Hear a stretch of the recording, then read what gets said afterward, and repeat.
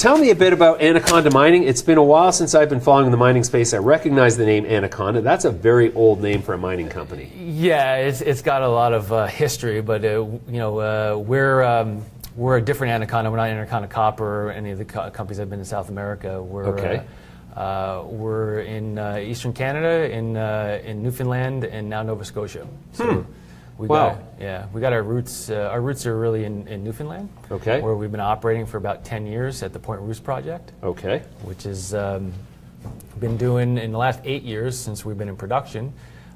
Doing about 16,000 ounces a year, and this year we'll be doing about 18,000 ounces a year. Okay, so then you've recently announced a private placement for $4.5 million. Yep. And that is, you just closed the first tranche, if I'm reading this correctly? And the second tranche just closed. And the second tranche, okay. Yeah. $4.5 million in this mining market is a coup d'etat, if I've ever seen one. Yeah. What is the plan for spending that money? Well, all that money's going in the ground. It was all flow through. Okay. So we've got two main projects. So we've got our Point Rousse project where we're producing up in Newfoundland, and then we have the Goldboro project that we acquired last May 2017. It's a high-grade deposit, about 870,000 ounces between measured, indicated, and inferred.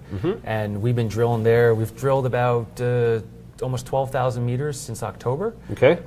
So we've had some great results out of that, and it's open all directions, and the expansion opportunities are fantastic. So a lot of the money that we've raised is going to go into Goldboro, and then we'll put money into Point Rousse as well to expand some of the areas that we think we can grow deposits there too. Sure. Wow, that's incredible.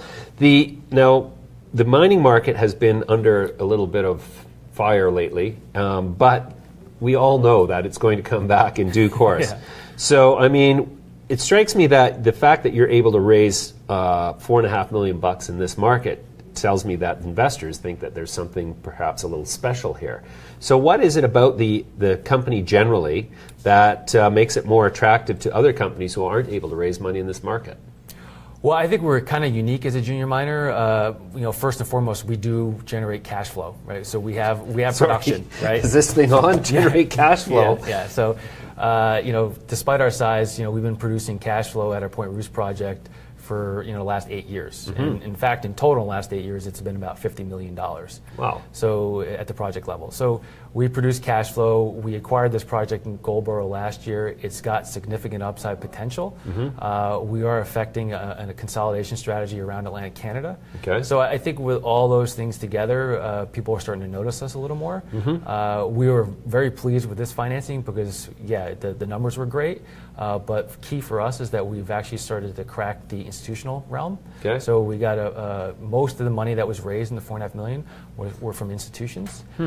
So we've been historically a retail stock, and now we're starting to gain some traction in the institutional level. Wow. So we're pretty pleased about that. Sure. Okay. So regionally, what are some of the bigger mines that have succeeded in the area? Oh, well, in Newfoundland, historically, there's the Nugget Pond mine, which is on the Baber Peninsula where we operate. There's a high-grade gold, about 160,000 ounces over about 4 or 5 years at 11 grams per ton. The Hammerdown mine, which was producing 2000 to 2004, which is the subject of our current takeover bid. Right. And you've got Hope Brook, which was operating, I forgot how long ago, but that was in southern Newfoundland. They were producing a fair amount of ounces out of there as well. And now it's an exploration development project there too. Okay. So there's been a lot of mining history in Newfoundland and in Nova Scotia. Of late now, Atlantic Gold is operating down there. They're on target for about 80 to 90,000 ounces this year, maybe close to 100. And they got plans to expand from there. But in fact, we're the only gold producer in Atlantic Canada consistently for the last 8 years. Okay. So we're the only ones that have been in production for that period of time. Now with Atlantic Gold, the two of us are producing gold in Atlantic Canada. And what's your all-in sustaining cost per ounce at this point? So at the Point Rousse project, it's about $1,300 to $1,400 Canadian. So we've been able to generate free cash flow of late off of Point Rousse. A lot of our capital over the long period of time has gone back into the ground just because, as I said before, we haven't raised a lot of money in the markets over the last 8 years, only recently as we've sort of grown. But we've taken a lot of the cash flow that we generated over the last 8 years put it back into the project. Are there any of the major mining companies sort of sniffing around at this point? Not just yet. I mean, we've been starting to talk to some that maybe as a strategic investment, but not as an acquisition. But Atlantic Canada, I think, is gaining notoriety. It's kind of off the beaten path. Generally speaking, we like it because it is off the beaten path, and there's value there. And the folks like Atlantic Gold and like Marathon Gold has got a big project in Newfoundland. They're bringing more notoriety to the area, and people are seeing that there is gold in Atlantic Canada. It's got a lot of the same geologic features and characteristics for gold. So I think that's slowly starting to come on, and hopefully over time we'll start to see some of the bigger guys come in. Sure. The performance in the gold price has been unimpressive, to say the least, over the last couple of years. Has that created opportunities for companies like yours to make acquisitions that might not otherwise be available in a more robust gold market? Slightly, I would say so, but it's a combination of that, and it's a combination of the fact that we are off the beaten path, right? Like it's Atlantic Canada just hasn't been an area that people have focused, and it's created the opportunity. There's a lot of good projects there that they're not getting the value or the attraction. So yeah, we're affecting this consolidation strategy, and in part and parcel as the fact that we see that there is value in some of these projects, particularly the projects that we're looking at. They're sub-million ounces, right? So they're really not on the radar of a lot of people. They're, the magical line of 1 million ounces or more is what people really focus on. But there are a lot of projects in Atlantic Canada where you can generate value out of something that's below 1 million ounces. You just need to consolidate them. You need to put them under one operating structure, one infrastructure, and that's what we bring to the table. And if you can do that, then I think you can generate value off of them. And a lot of these projects too have the capability to grow bigger. They just haven't had a lot of investment in them. Right? Sure. And Goldboro is a great example of that, the project we bought last year, where it was 870,000 ounces, and we've been drilling 12,000 meters, and we see already a significant potential to grow and certainly get across the 1 million ounce mark, but even get much bigger than that. Right. You mentioned that you're sort of achieving more of an institutional audience, especially with this most recent financing.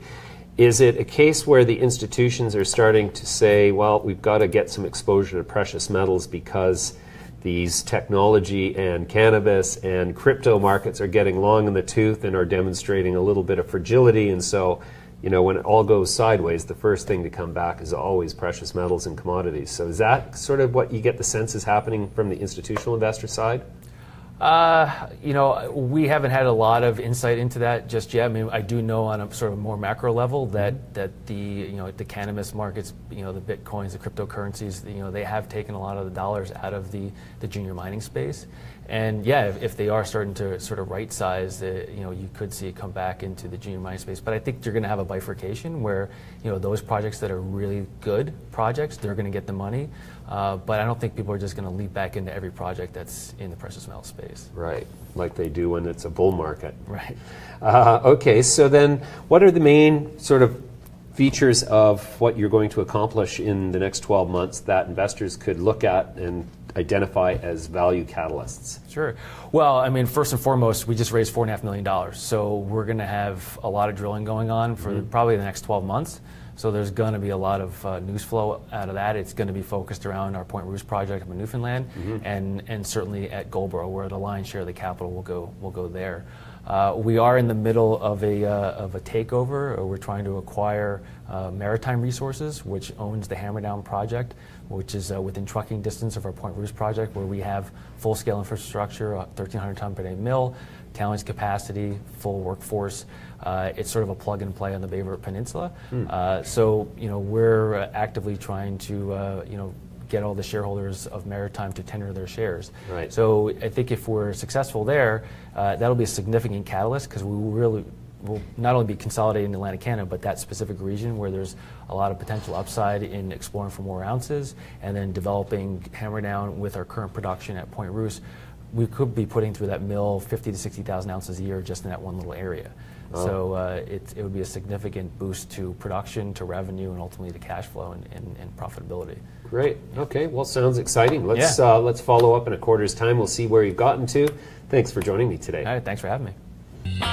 All right.